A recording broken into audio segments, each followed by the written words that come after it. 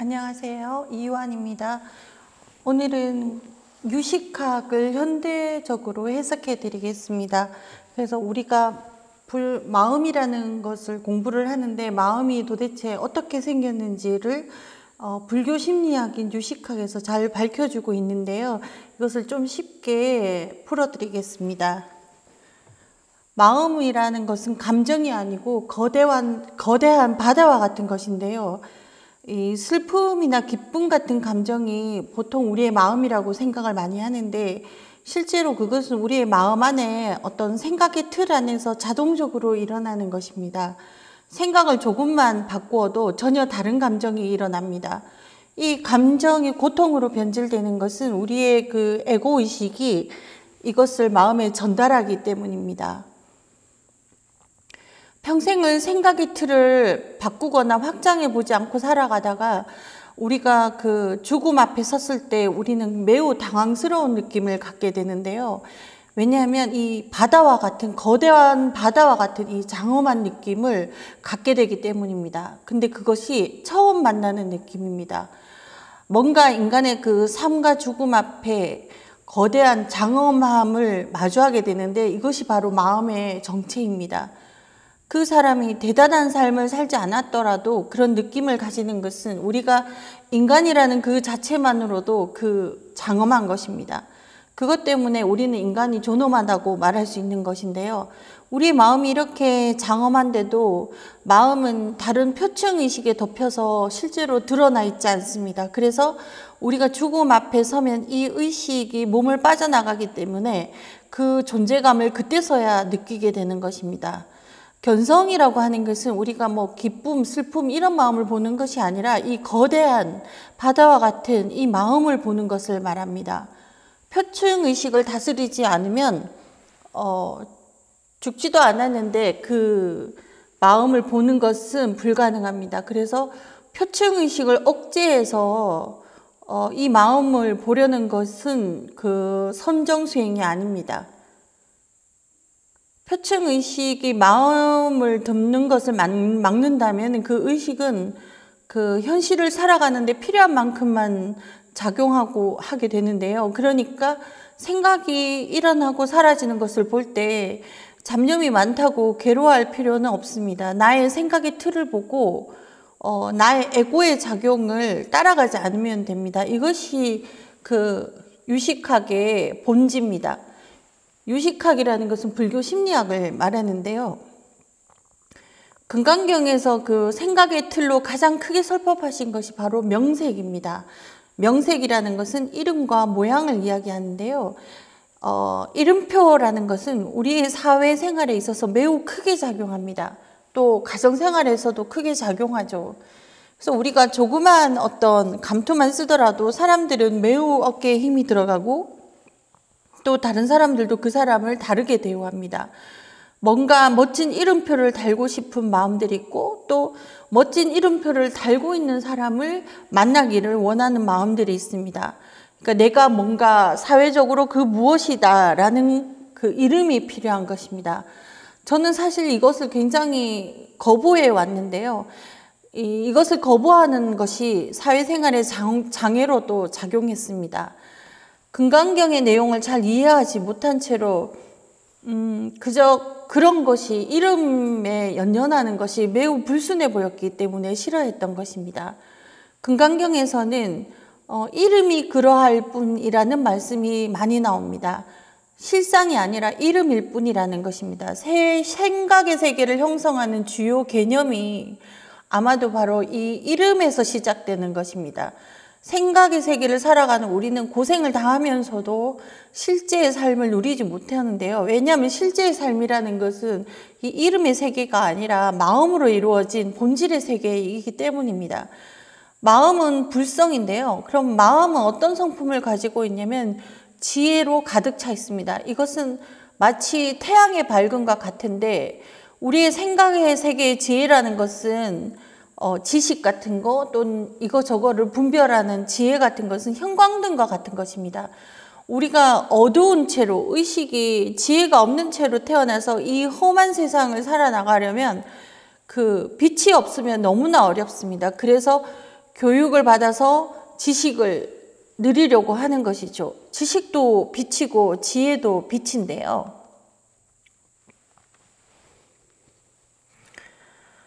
지식은 한정된 해결 능력을 가지고 있지만 지혜는 해결하지 못하는 문제가 없습니다. 그래서 유한한 영역에서의 지혜를 분별지라고 하고 무한한 영역에서의 지혜를 무분별지라고 하는데요.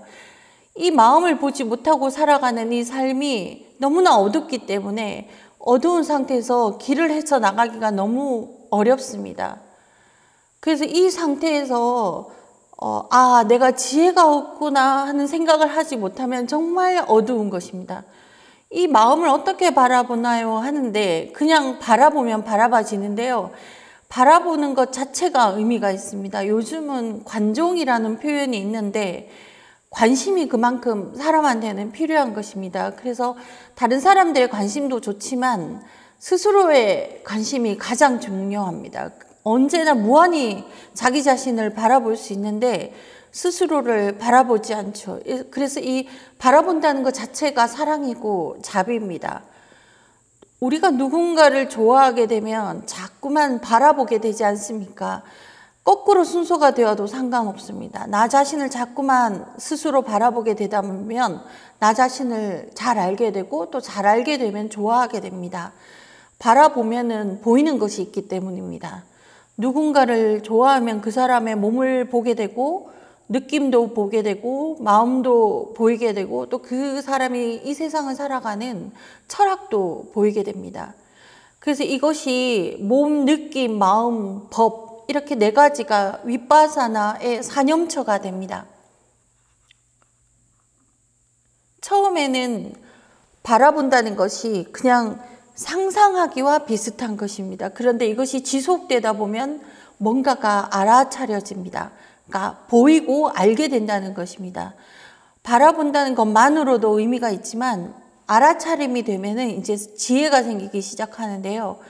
왜냐하면 이 마음 자체의 성품이 지혜로 가득 차 있기 때문에 바라보다 보면 저절로 각성이 되는 것입니다. 그래서 실제로 내가 어떤 생각의 틀을 갖고 있는지를 알 수 있게 됩니다.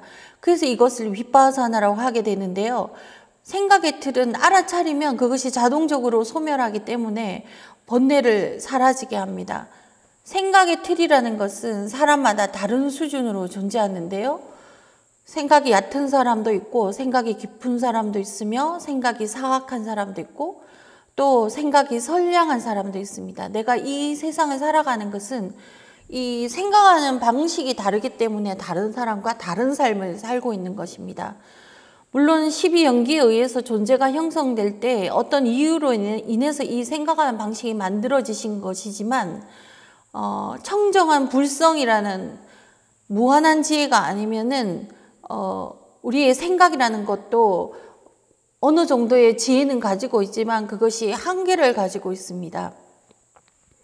그래서 내 생각이 어떤 것인가를 알아차린다는 것은 일종의 메타인지가 되는 것인데요. 교육 수준이 높으면 메타인지가 높기 때문에 이 생각의 틀이 크고 유연합니다. 그러면 이 세상을 살아가는 것이 한결 수월하게 되겠죠. 그러나 그렇다고 해도 이 불성을 깨달은 것과는 비교하기가 어려운데요. 그래서 이 깨달음을 무상정등각이라고 부릅니다. 무상정등각이라고 하는 것은 안욕따라 삼맥삼보리라고 하는 것인데 위 없는 깨달음이다. 그러니까 이거보다 더 밝을 수는 없다는 정말 무량광이라는 뜻이고 태양과 같은 지혜라는 뜻이죠. 공부는 끝이 없지만 이 불성을 깨달으면 그 공부는 끝을 보게 되는데 공부하기를 좋아하시는 분이라면 한번 도전해 볼 만한 분야가 됩니다.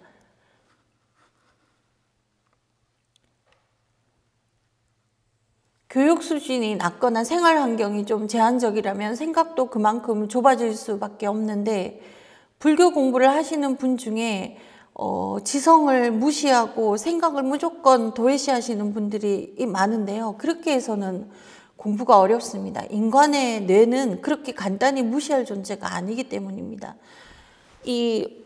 우리가 알아차림이 있는 이유는 번뇌가 있기 때문이고 그러니까 번뇌가 알아차려지는 것이거든요. 그래서 번뇌가 없으면 고요해져서 선정이 이루어집니다.